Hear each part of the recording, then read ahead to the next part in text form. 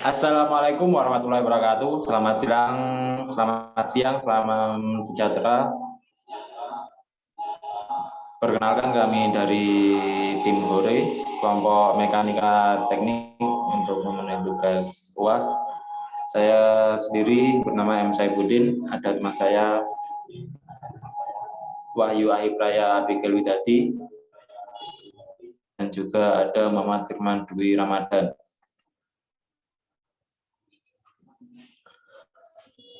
Di sini kami akan menjelaskan tentang salah satu materi yang ada di mata kuliah mekanika teknik.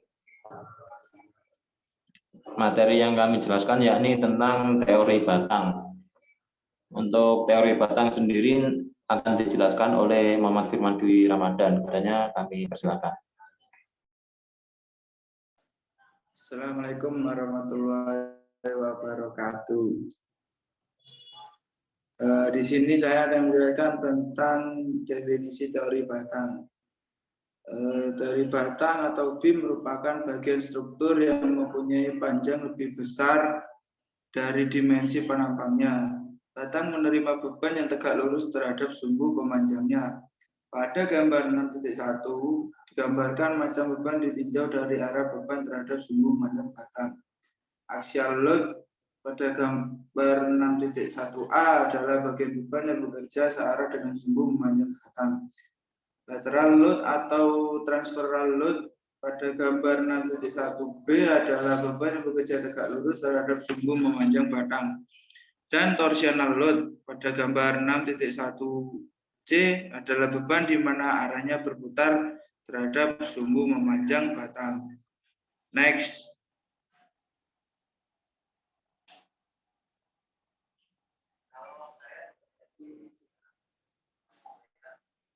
Bisa dilihat contoh dari axial load, lateral load, dan torsional load. Lanjut.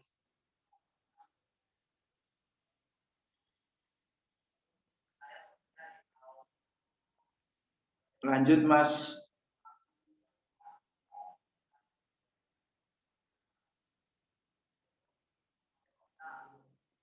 Jika kembali ke topik pembahasan tentang batau atau beam, maka bahasan kita adalah fokus pada beban yang arahnya tegak lurus terhadap sumbu memanjang batang. Gambar 6.2 menggambarkan jenis-jenis beban atau load. Jenis beban atau load yang bekerja pada batang bisa terpusat, konsentrat, ataupun terdistribusi dengan panjang tertentu.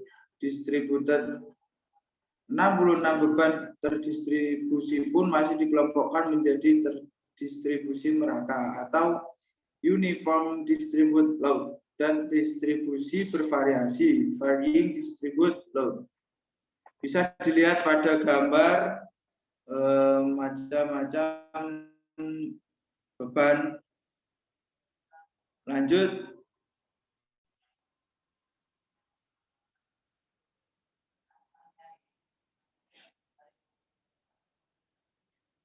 Yang pertama yaitu beban terpusat atau concentrated load. Merupakan beban yang berkonsentrasi di suatu tempat pada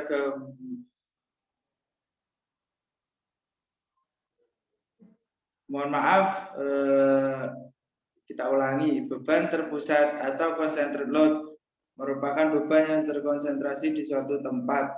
Pada gambar 6.3 dapat dilihat berbagai jenis beban terpusat dalam aplikasinya di kehidupan nyata dan bagaimana pemodelan yang digunakan untuk menggambarkan beban tersebut dalam ilmu mekanika teknik.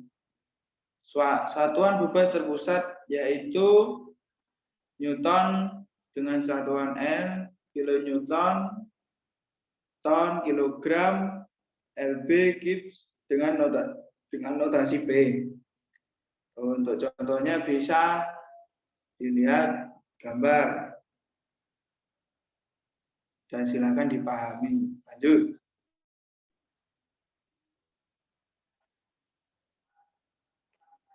Yang kedua yaitu beban merata. Distribute load adalah beban yang tersebar secara merata baik ke arah memanjang maupun ke arah luas. Satuan beban merata adalah beban per satuan panjang. N per M, kilonewton per M, ton per M, LB per FT. Gibbs per FT dengan notasi Q atau W. Gambar 6.4 menunjukkan bagaimana pemodelan beban merata dalam ilmu mekanika teknik. Untuk itu gambarannya bisa dilihat, yaitu beban merata seperti itu, teman-teman. Lanjut.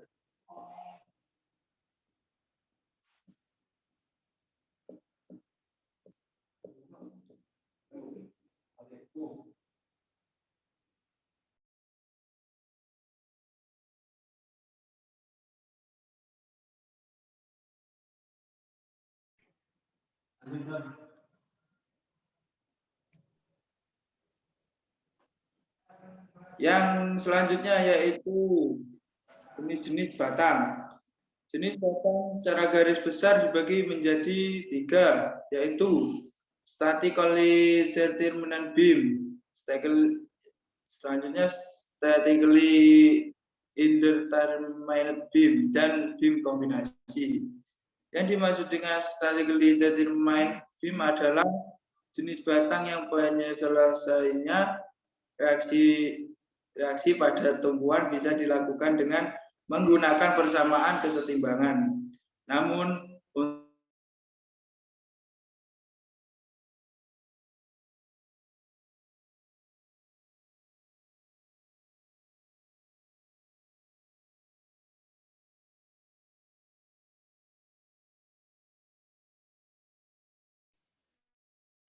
statically determined beam yang meliputi antara lain simple support atau simple, yaitu jenis batang yang ditumpu pada kedua ujungnya.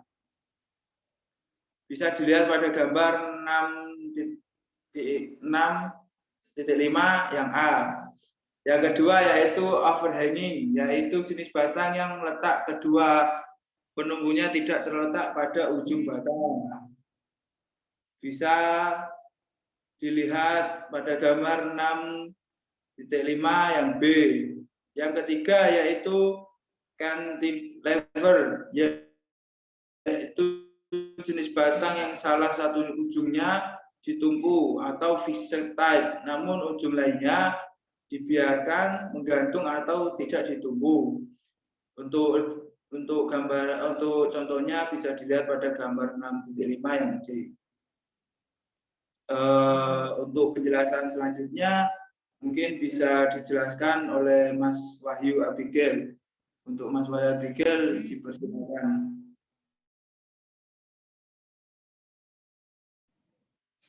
Terima kasih Mas Firman. Untuk slide selanjutnya ini akan saya bacakan dan saya jelaskan. Yang B yaitu statically indeterminate beam, yaitu yang meliputi 1.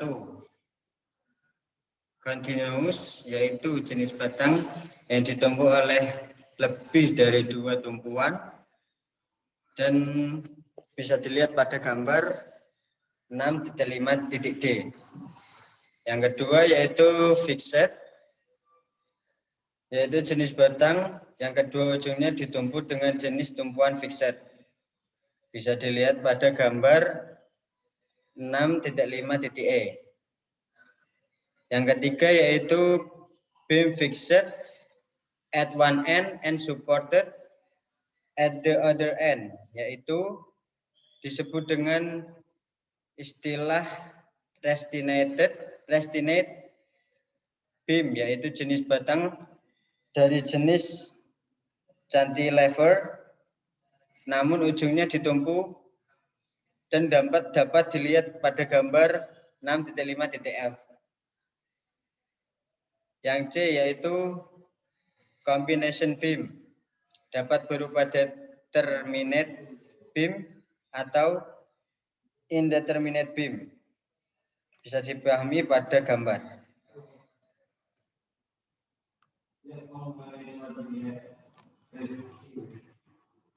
Penumpu batang atau beam supports.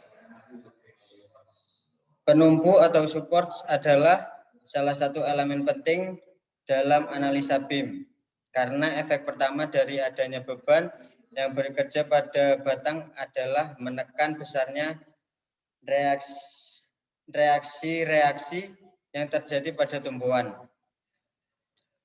Jenis tumpuan ada 3, yaitu roller atau roll, yang kedua pivot atau jepit, dan yang ketiga adalah fixed atau tetap. Model reaksi-reaksi dari ketiga jenis tumpuan tersebut dapat dilihat pada gambar 6.6.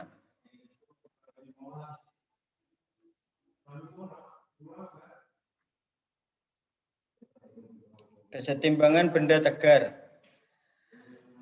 Analisa statis berbasis pada prinsip kesetimbangan. Dalam teori batang dengan berbagai macam bentuk penumpang dan reaksi-reaksi yang dihasilkan, maka terdapat 3 jenis kesetimbangan yang harus dipatuhi pada suatu batang. Ketiga jenis kesetimbangan tersebut, Ketiga jenis kesetimbangan benda tegar tersebut adalah kesetimbangan gaya arah sumbu X, kesetimbangan gaya arah sumbu Y, dan kesetimbangan momen. Jenis kesetimbangan tersebut diformulasikan sebagai berikut. Delta Fx, sigma Fx sama dengan 0.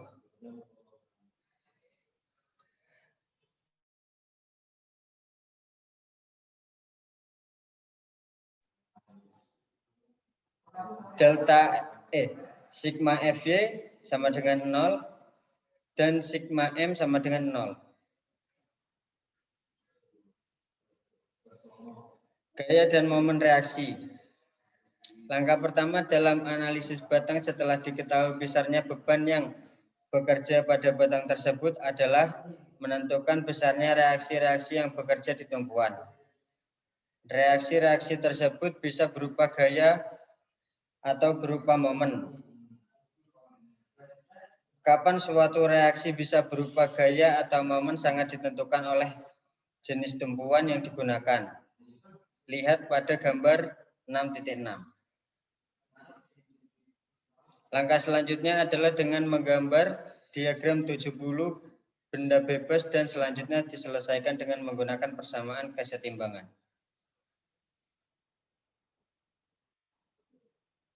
Untuk slide selanjutnya akan dibacakan oleh Mas Saifuddin.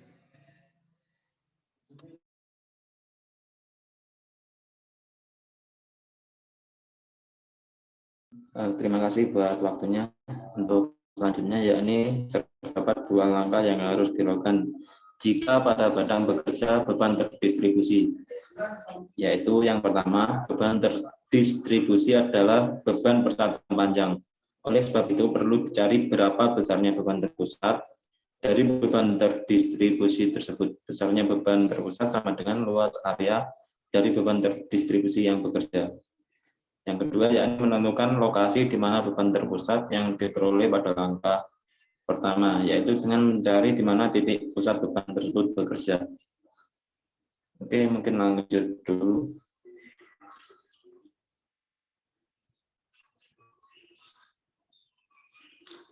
Untuk selanjutnya yakni langsung ke contoh soal dan pembahasan. Di sini ada sebuah soal, yakni tentukan besarnya reaksi yang terjadi pada tumpuan dari soal berikut. Di situ ada sebuah gambar dan di situ kami menjawab sesuai dengan tugasnya, yakni di situ kita bisa melihat sigma M sama dengan 0. Terus 4 dikali 3 min RDY dikali 10 sama hasilnya sama dengan 0. RDY sama dengan 1K. Untuk RDY sendiri yakni sama dengan tumpuan. Karena RB bekerja pada kepiringan 45 derajat atau perbandingan X dan Y adalah 1:1, maka bisa dipastikan besarnya dan RDX itu sehingga besarnya RDX sama dengan 1K dengan arah ke kiri. Jadi untuk bekerjanya itu nantinya mengarah ke kiri. Lanjut.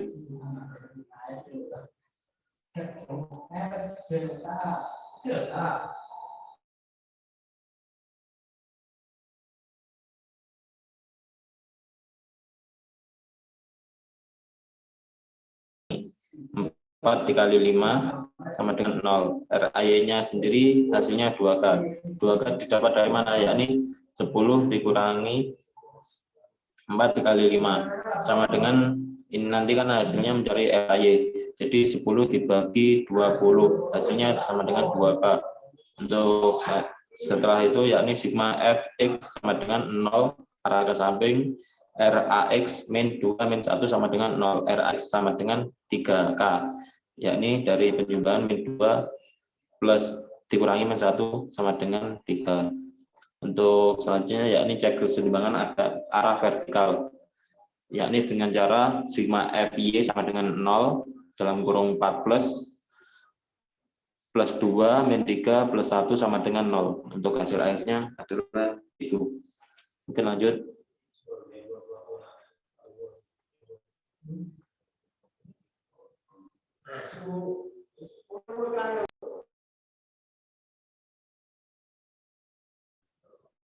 Sekian, terima kasih presentasi dari kelompok kami. Kami memohon maaf apabila masih ada kekurangan dan kesalahan dalam presentasi kali ini dan juga pemberian materi yang masih kurang bisa dipahami mungkin dari teman-teman. Kami mohon maaf, akan kami perbaiki ke depannya. Sekian, terima kasih. Assalamualaikum warahmatullahi wabarakatuh. Waalaikumsalam warahmatullahi wabarakatuh.